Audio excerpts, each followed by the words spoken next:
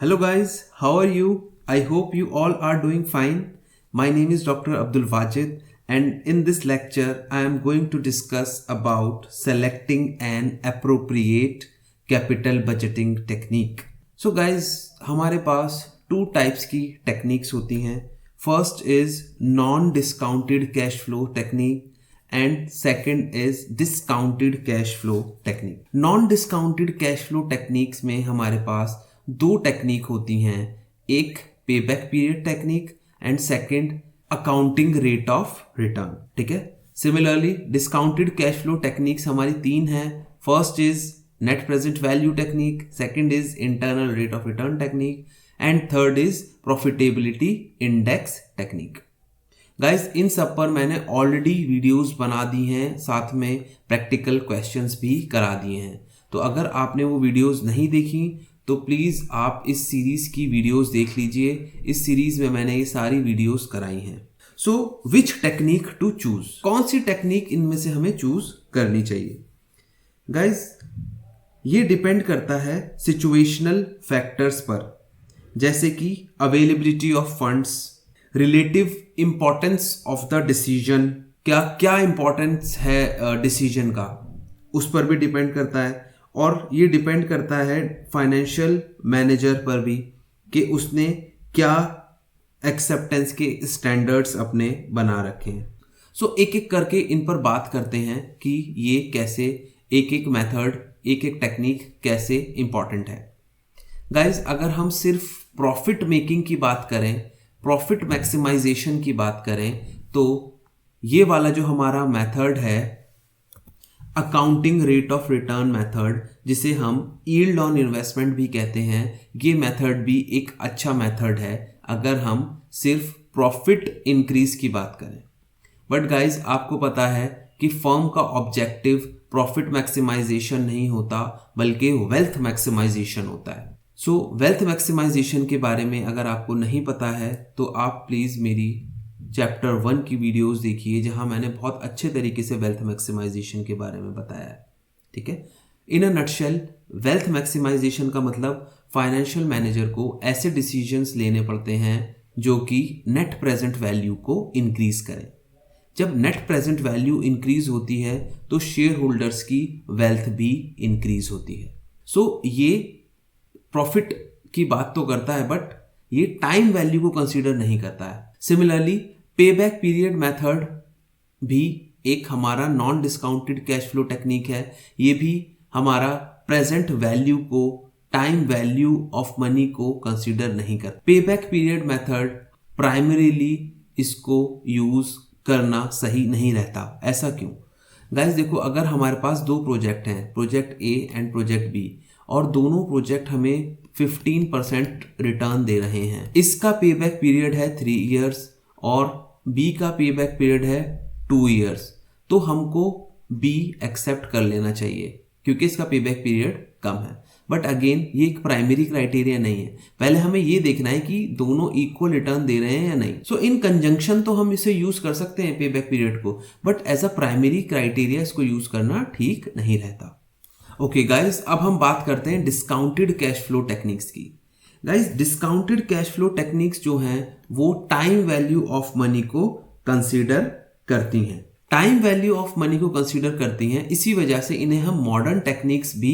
Okay guys, जैसे अभी हमने डिस्कस किया था कि वेल्थ मैक्सिमाइजेशन के लिए एनपीवी जब हमारा मैक्सिमाइज होता है तो वो सारे डिसीजंस हमारी शेयर होल्डर्स की वेल्थ को इंक्रीज करते हैं. सो जब फाइनेंशियल मैनेजर ऐसा डिसीजन लेता है जिससे एनपीवी इंक्रीज होती है तो उससे हमारी शेयर होल्डर्स की वेल्थ भी इंक्रीज होती है, वेल्थ मैक्सिमाइज होती है. ठीक है. सो नेट प्रेजेंट वैल्यू उस चीज का ख्याल रखता है. ठीक है. नेट प्रेजेंट वैल्यू मेथड में हम क्या करते हैं कि वो प्रोजेक्ट चूज करते हैं जिसकी नेट प्रेजेंट वैल्यू ज्यादा है. सो ये डिस्काउंटेड कैश फ्लो का सबसे अच्छा क्राइटेरिया या टेक्निक माना जाता है. Again guys, you can not just say that एक ही टेक्निक सबसे अच्छी है या सबसे इंपॉर्टेंट है. ठीक है. अभी हम आगे और देखेंगे कि हम कैसे इन टेक्निक्स को यूज करते हैं. सो सिमिलरली अगर हम IRR मेथड की बात करें, internal rate of return method की, तो जब हम डिफरेंट हमारे पास प्रोजेक्ट्स होते हैं और हमें एक दूसरे प्रोजेक्ट्स को कंपेयर करना होता है, तो उस सिचुएशन में ये IRR मेथड हमारे लिए बहुत अच्छा होता है। ठीक है, उसमें हम क्या कर सकते हैं, डिफरेंट प्रोजेक्ट्स के इंटरनल रेट ऑफ रिटर्न को कंपेयर कर सकते हैं।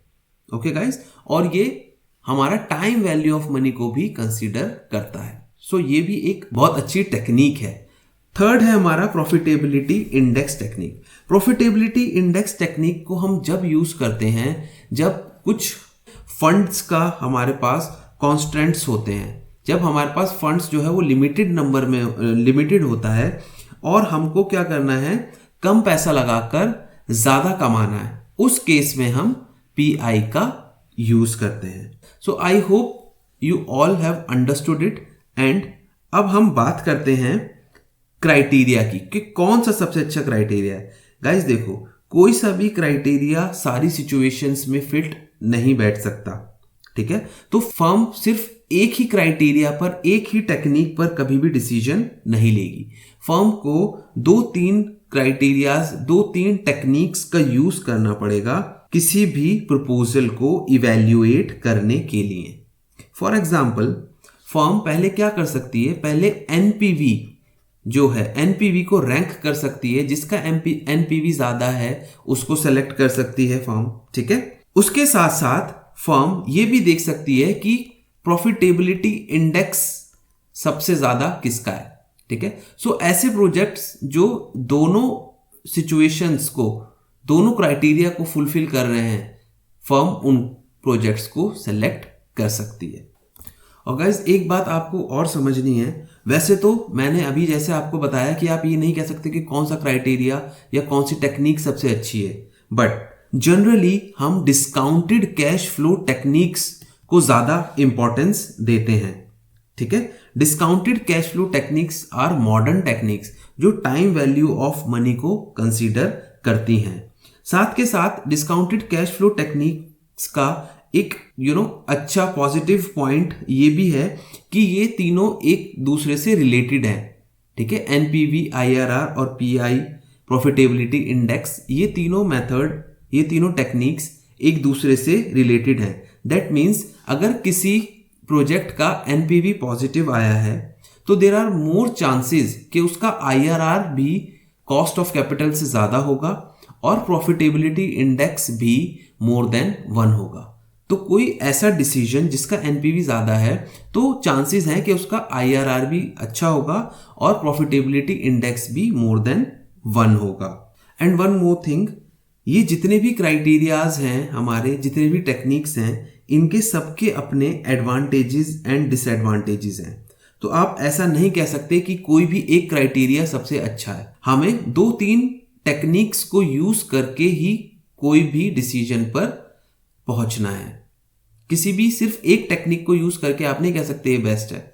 तो 2-3 टेक्निक को आपको यूज करना पड़ेगा, उसके बाद ही आपको पता चलेगा, उसके बाद ही आप इवैल्यूएट किसी प्रोजेक्ट को अच्छे से कर सकते हैं। ओके गाइस, अगर आपने मेरी लेक्चर सीरीज अभी तक नहीं देखी है जिसमें मैंने ये सारी चीज़ों को एक्सप्लेन किया है और प्रैक्टिकल क्वेश्चंस भी कराए हैं, तो गाइज आप प्लीज़ उस सीरीज को देख लीजिए। You will be able to learn a lot. And if you like this content then please hit the like button and subscribe my channel and also share it with your friends. Okay guys, and you can also visit my website, that is www.effortlesscommerceclasses.com. Website पर जाके आपको practical questions मिलेंगे, उसके साथ उसके solutions भी मिलेंगे, ताकि आप लोग बहुत अच्छे से प्रैक्टिस कर सकें और अच्छे से सीख सकें। Thank you.